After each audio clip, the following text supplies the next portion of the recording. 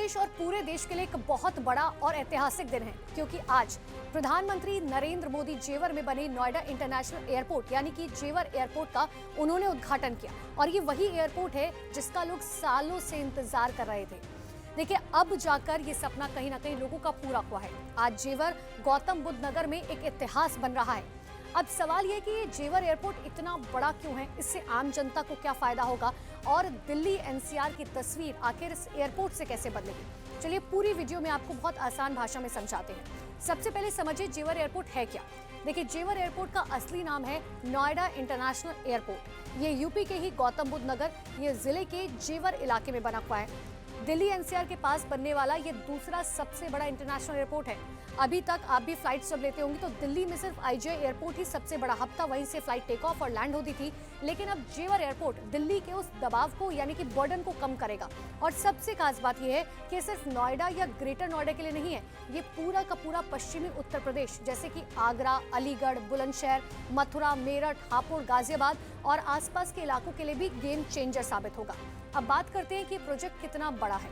देखिए, ये एयरपोर्ट हजारों करोड़ों रुपए की लागत से तैयार हुआ है।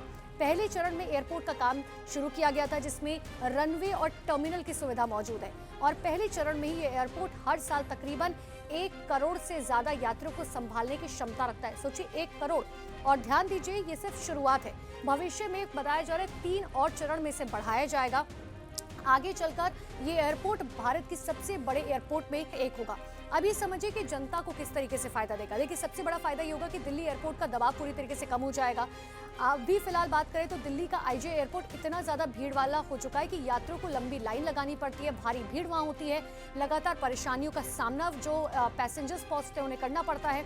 और जेवर एयरपोर्ट शुरू होने के बाद से दिल्ली के आईजीआई एयरपोर्ट पर यात्रियों का लोड बहुत कम हो जाएगा। इसका मतलब ये है कि आने वाले समय में यात्रियों को ज्यादा फ्लाइट ऑप्शंस मिलेंगे, बेहतर सुविधाएं मिलेंगी, टिकट को लेकर फायदा मिलेगा। दूसरा फायदा है पश्चिमी यूपी वालों को दिल्ली तक भागना नहीं पड़ेगा।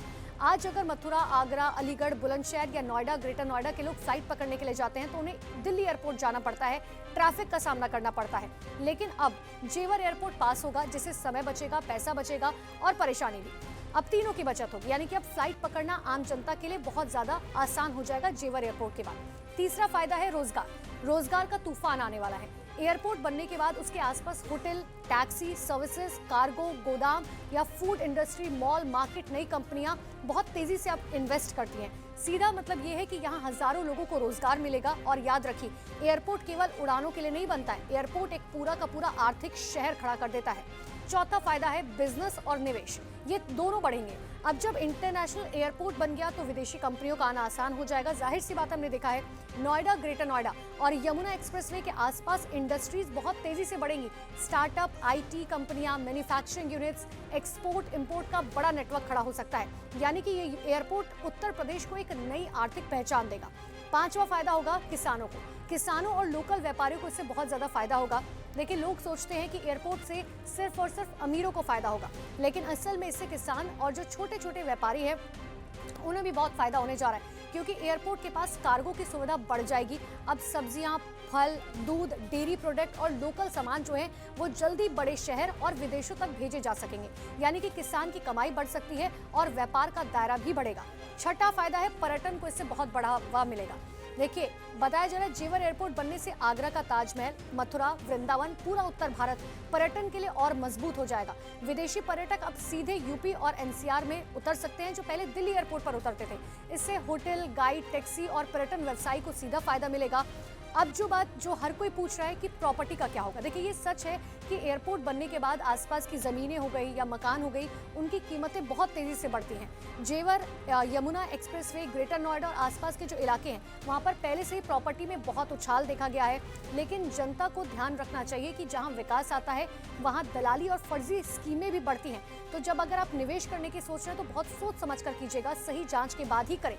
अब आगे भविष्य में ये एयरपोर्ट कितना बड़ा बनेगा, क्योंकि अभी 1 चरण सिर्फ बना है, अब आगे 3 चरण और बनेंगे, तो इस सोचिए कितना बड़ा होगा। आने वाले समय में इसे कई फेज में बढ़ाया जाना है। भविष्य में इस एयरपोर्ट को ऐसा दरअसल बनाया जाएगा कि ये करोड़ों यात्रियों को हर साल संभाल सकता है। और अगर सब कुछ योजना के हिसाब से चलता है तो आने वाले समय में जेवर एयरपोर्ट जो है वो एशिया का सबसे बड़ा एयरपोर्ट माना जाएगा। कुल मिलाकर अगर जेवर एयरपोर्ट की खासियत मानेंगे तो वो क्यों गेम चेंजर साबित हुआ, क्योंकि ये एयरपोर्ट जो है सिर्फ एक बिल्डिंग नहीं है, ये उत्तर प्रदेश की अर्थव्यवस्था का एक नया इंजन है। इससे नौकरी मिलेगी, निवेश आएगा, कनेक्टिविटी बढ़ेगी, व्यापार बढ़ेगा। इतना ही नहीं, यूपी की इंटरनेशनल पहचान बनेगी। तो दोस्तों, जेवर एयरपोर्ट सिर्फ एक उड़ानों का रास्ता नहीं है, ये उत्तर प्रदेश के विकास की उड़ान है। अब देखने वाली बात हालांकि होगी कि आने वाले समय में ये एयरपोर्ट एनसीआर और पूरे यूपी को कितनी तेजी से बदलता है।